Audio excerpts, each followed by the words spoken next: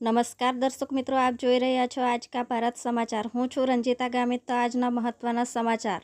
આજ રોજ તારીખ 20/11/2024ના રોજ જિલ્લા પુરવઠા અધિકારી શ્રી ડી શાહ સાહેબને અનાજ માફિયા દિનેશ રામા રેડ્ડી વિરુદ્ધ આવેદનપત્ર અપાયું।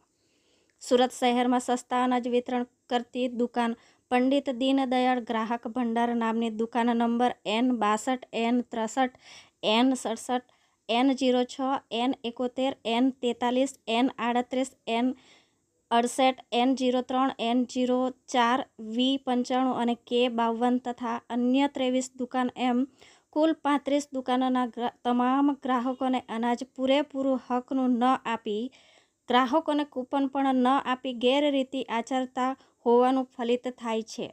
વધુમાં સુરત સચિન ગોડાઉનમાં 1.25 કરોડ જેટલો સરકારી અનાજ સગેવગે થયેલ, તેમાં જે આરોપીઓના નામ પોલીસ ચોપડે ખુલેલ તેવા એક આરોપીએ તમામ દુકાનના હવાલા લઈ બારોબાર અનાજ સગેવગે કરીને ગ્રાહકોને કૂપન ન આપી સમયસર દુકાન પણ ખુલતો ન હોય તેવા દિનેશ રામા રેડ્ડી નામનો આરોપી અનાજ સગેવગે કરવામાં સક્રિય થયેલ છે। ઉપરોક્ત બતાવેલ દુકાન તપાસ કરી કૂપન તપાસ કરી આરોપીને જેલમાં પૂરવા આજ રોજ લેખિતમાં જિલ્લા પુરવઠા અધિકારી શ્રી ડી શાહ સાહેબને લેખિતમાં આવેદનપત્ર આપી રજૂઆત કરેલ, જેમાં સમાજસેવક અમિત મહેતા, ઉર્વિશભાઈ આર, અલ્તાફ પટેલ, જિગ્નેશ જોશી વગેરે સમાજસેવકો દ્વારા આવેદનપત્ર અપાયું છે।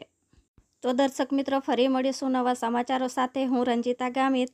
તો જોતા રહો આજ કા ભારત સમાચાર જયેશભાઈ દરબાર સાથે।